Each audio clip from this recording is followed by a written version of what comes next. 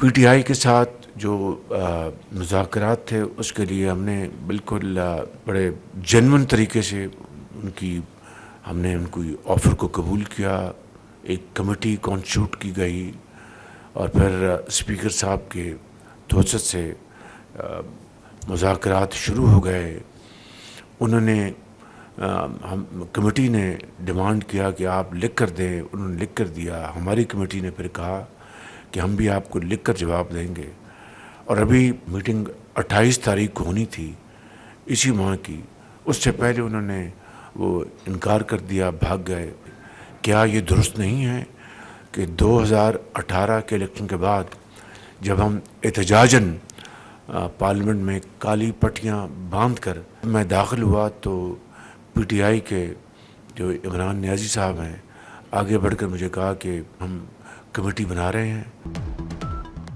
آئیں بیٹھیں, ہاؤس کی کمیٹی بنانے کو تیار ہیں. وزیراعظم شہباز شریف کی پی ٹی آئی کو پھر مذاکرات کی دعوت. پارلیمانی کمیٹی بنانے کی پیشکش کر دی. کابینہ اجلاس سے خطاب میں کہا کہ پی ٹی آئی مذاکرات سے بھاگ رہی ہے. گریبان میں جھانکے 2018 میں جوڈیشل کمیشن نہیں ہاؤس کی کمیٹی بنی تھی.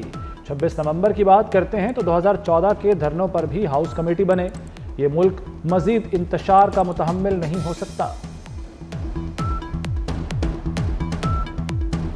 پی ٹی آئی نے وزیراعظم کی دوبارہ مذاکرات کی پیشکش کو ٹھکرا دیا اور تسلیم کر لیا کہ ان کے مطالبات نہیں چارج شیٹ ہے. Chairman P T I barrister Gohar کہتے ہیں ہماری حکومت کے خلاف چارج شیٹ بہت لمبی ہے. وزیراعظم کی جانب سے آفر کو قبول نہیں کیا جا سکتا. شہباز شریف کا بیان ہمارے مطالبات سے ہٹ کر ہے. ہم نے مینڈیٹ کی تو ابھی بات بھی نہیں کی ہے. وزیراعظم کی باتیں غیر متعلقہ ہیں. بانی سے مشاورت کے بعد مذاکراتی کمیٹی ختم. پی ٹی آئی اب اپوزیشن جماعتوں کا اکٹھ کرے گی. ہدف وہی ہے کہ گرینڈ اپوزیشن الائنس بنا کر حکومت پر دباؤ ڈالا جائے. رابطہ کمیٹی کی سربراہی عمر ایوب کریں گے. کمیٹی ارکان میں صاحبزادہ حامد رضا, سلمان اکرم راجہ اور اسد کیسر شامل. علامہ راجہ ناصر عباس, علی امین گنڈاپور اور حامد خان کو بھی کمیٹی کا حصہ بنا دیا گیا.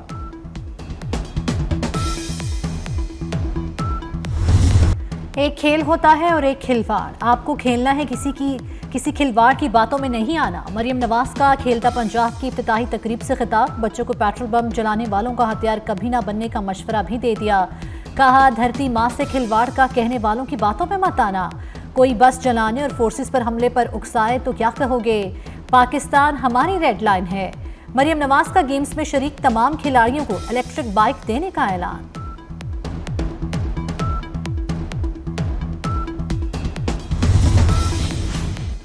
دو اہم سینیٹرز کو ایف بی آر کے افسروں کی دھمکیوں کا انکشاف. فیصل واڈا اور سلیم مانڈوی والا کو دھمکیاں دی گئیں. فیصل واڈا نے سینٹ کی قائمہ کمیٹی خزانہ کے اجلاس میں بتایا ایف بی آر کے 3 افسران نے جان سے مارنے کی دھمکیاں دی. اس معاملے پر کرمنل کارروائی بنتی ہے. چیئرمین کمیٹی سلیم مانڈوی والا نے بتایا کہ انہیں بھی کچھ پیغامات ملے ہیں. چیئرمین ایف بی آر اور رکن کمیٹی سینیٹر فاروق ایچ نائب نے ہائی لیول انکوائری کی تجویز دے دی.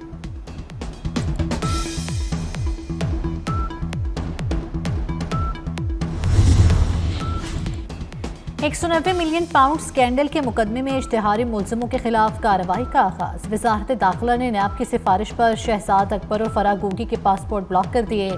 نیب نے 28 جنوری کو ملزموں کے پاسپورٹ منسوخ کرنے کے لیے وزارت داخلہ کو خط لکھا تھا.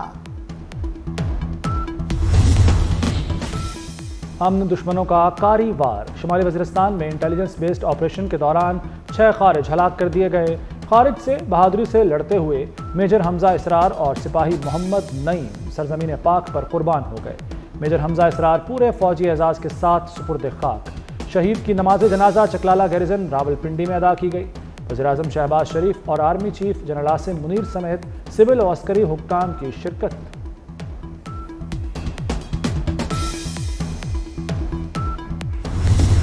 خوارج ہیں اور دہشت گرد, ان کا مقابلہ کیا انہوں نے, تو وہ ان کا تعاقب کر رہے تھے. خوارج کو انہوں نے جہنم رسید بھی کیا. میجر حمزہ اسرار اور سپاہی محمد نعیم انہوں نے جام شہادت نوش کیا. والد کو ملا اور اس نے کہا کہ میرا بیٹا بڑا بہادر تھا, اس نے پاکستان کے لیے جان دی. ان کی والدہ تھی وہاں پہ, وہ بھی یہی کہہ رہی تھی کہ میرے بیٹے نے کہا کہ اماں میں چاہتا ہوں کہ میں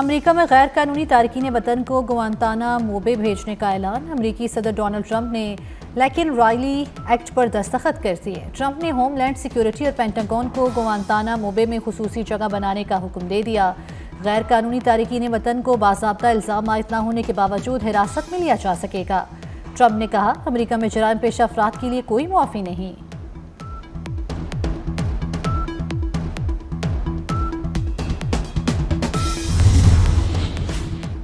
اسٹاک ہوم میں قرآن مجید کی بے حرمتی کرنے والا عراقی شخص قتل۔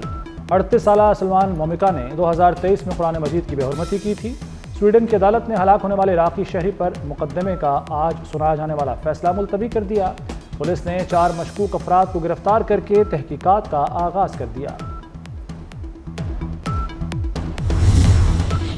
اسد حکومت کا تختہ الٹنے والے احمد الشرا شام کے نئے عبوری صدر اور نئی فوج کے سربراہ بن گئے۔ شام میں تمام جنگجو دھڑوں کو تحلیل کر کے ریاستی اداروں میں ضم کیا جائے گا۔ ملکی آئین معطل، بشار الاسد کی پارٹی تحلیل۔ احمد الشرا ملک کا نیا آئین بنانے کے لیے قانون ساز کونسل بھی تشکیل دیں گے۔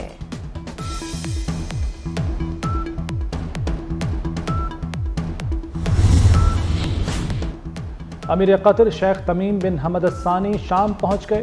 شام کے عبوری صدر احمد الشرا نے استقبال کیا۔ امیر قطر بشار الاسد کی حکومت کے خاتمے کے بعد شام کا دورہ کرنے والے پہلے سربراہ مملکت ہیں۔ قطر امیر نے شام کے تاریخی دورے کے دوران عبوری صدر سے ملاقات کی۔ کئی شعبوں میں تعاون اور امداد پر بات چیت ہوئی۔ وفاقی امداد منجمد کرنے سے متعلق حکم نامہ منسوخ۔ پاکستانی نیاد خاتون جج نے صدر ٹرمپ کے ایگزیکٹو آرڈر پر عمل درآمد رکوا دیا۔ درخواست گزار نے وفاقی فنڈنگ روکنے کا حکم عدالت میں چیلنج کیا تھا۔ نورین علی خان واشنگٹن میں وفاقی ڈسٹرکٹ جج کے عہدے پر تعینات ہے۔ ترجمان وائٹ ہاؤس کا وفاقی فنڈنگ کے معاملے پر عدالتی جنگ لڑنے کا عندیہ۔